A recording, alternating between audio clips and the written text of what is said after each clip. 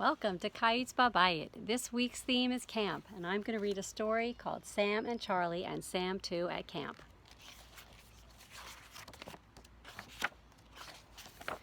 This is Charlie. This is Sam. They are best friends and first-time sleepaway campers.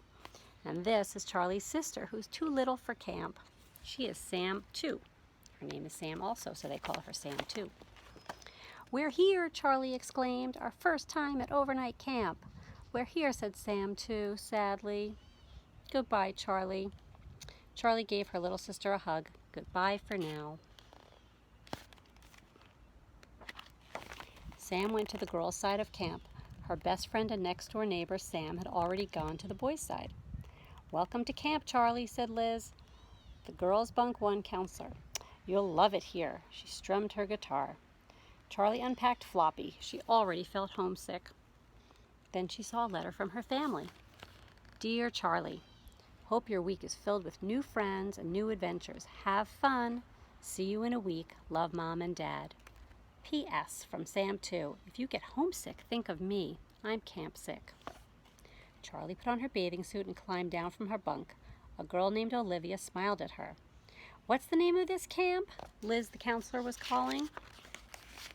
"Camp Morris," everyone yelled. "Well, yeah, but we call it Camp Get Your Feet Wet, which means camp is new for all of you and we want you to have a great time. So what's the name of this camp?" "Camp Get Your Feet Wet," everybody yelled. "Right," said Liz, "so let's go down to the lake to get your feet wet."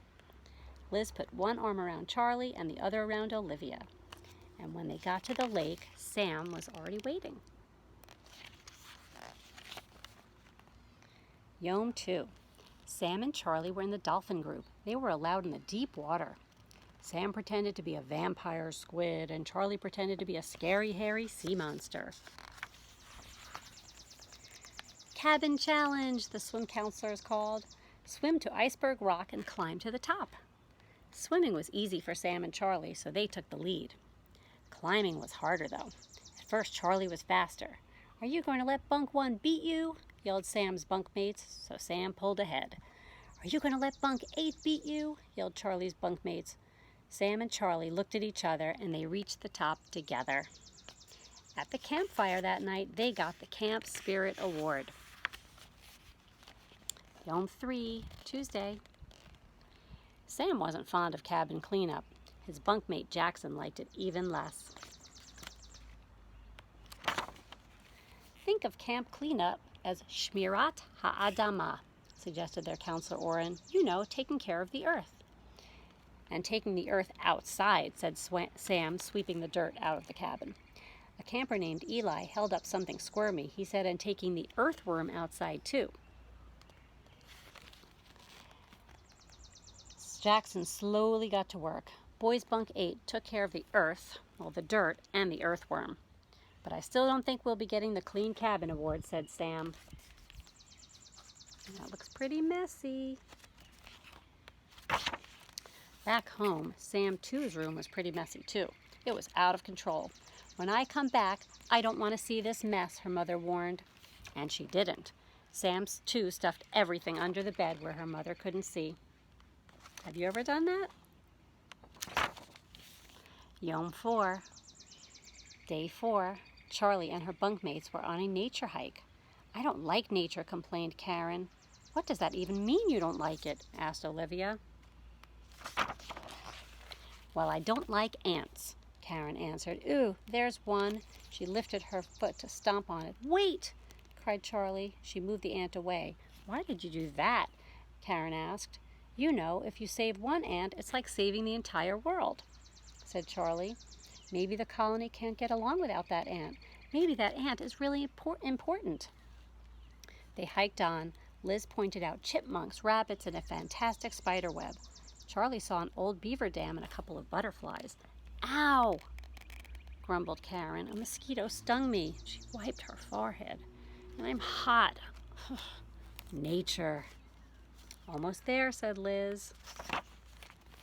They came to a small waterfall. Boys Bunk 8 was already there. That looks pretty. Sam cleared a space for Charlie. The other girls sat down too, and all the campers dangled their toes in the bubbly water. A breeze blew, and a rainbow appeared in the misty air, and even Karen looked happy. "Nature," said Charlie, splashing Sam. "Awesome," agreed Sam, splashing back. Sam, too, was in her backyard. It had just stopped raining, and she'd caught a frog. Even better, a rainbow was forming overhead. "Do you think the other end of the rainbow is at Charlie's camp, Mom?" And it was.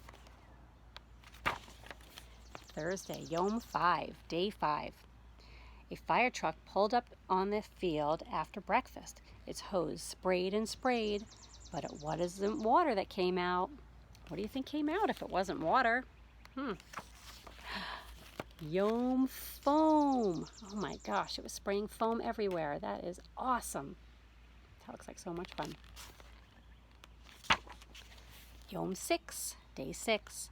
All through breakfast, the rain came down. "Blech," said Jackson. "I hate the rain. Nothing to do." It poured and roared all through cabin cleanup. We know Jackson does not like cabin cleanup either. "Rain," said Charlie, sighing. "Just look at my hair. Frizz City." Sam looked. Whoa, he thought, but he kept quiet. Charlie was sensitive about her hair. It splashed and sloshed all through morning activity.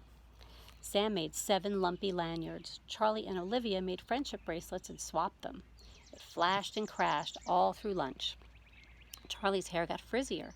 It whooshed and whirled all through afternoon activities. Then there was a challah making lesson. Charlie had practiced braiding Sam 2's hair, so braiding challah was easy peasy for her. 2 loaves landed on the floor. Sam's loaf didn't rise.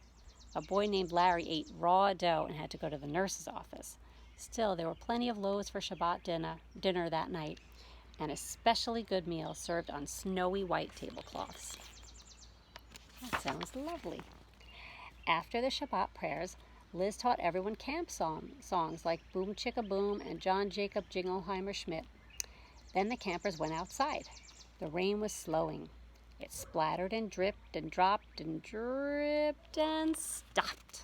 Finally, the sky was clear and starry. Orrin pointed. "Look, there's the Big Dipper." "Don't you mean the Big Dripper?" Charlie asked, cracking up. "See the Big Dipper?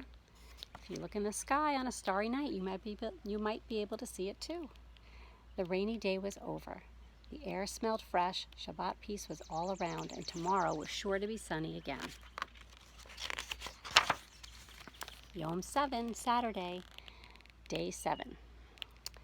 Shabbat was a day of rest at Camp Morris. Everyone slept late. Then there was a Shabbat service. After that, kids planned their own day. "Look, I caught a grasshopper," said Charlie. "Want to touch it?" "No thanks," said Olivia. She was reading a book. "I'm at the most exciting part." Sam went to Shabbat Treehouse Hour, which was exactly what it sounded like, a 1-hour Shabbat discussion in an amazing treehouse, even better than the one Sam had at his home.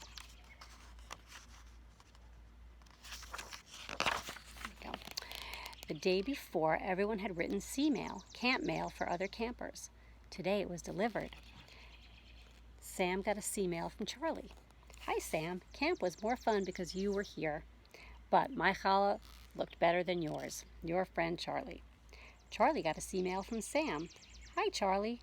Foamy or muddy, you're still my buddy." From Sam. I like his rhyme. Dinner was extra tasty. Then the sun went down. So long, Shabbat. The candle flames were out. The farewell campfire was on. "Awesome week," said Sam. "Camp-tastic," agreed Charlie. There's the campfire. They're roasting marshmallows, which I love. Yom 8, Day 8. There was one last get your feet wet swim in the lake. One last breakfast. One last cabin cleanup.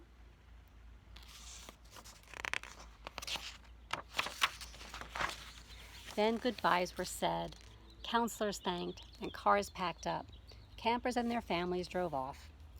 "I like it better when you're around," Sam 2 told Charlie in the car. Charlie hugged her little sister. "Maybe you'll come to camp next summer." "I hope so," said Sam 2. "I missed all the fun." Said Charlie. "I have an idea." Back home that afternoon, Charlie and Sam too, had their own camp called Camp Bayit. Bayit means home in Hebrew, Charlie explained. Just like we have kites, but Bayit, kites at home. They made friendship bracelets, sang camp songs, and squirted shaving foam until the cans were empty. And of course, they stuffed themselves silly with s'mores. Camp home is fun, said Sam too. Yeah, and you didn't even need to clean your room, said Sam. I will later, said Sam too. Counselor Mom said so.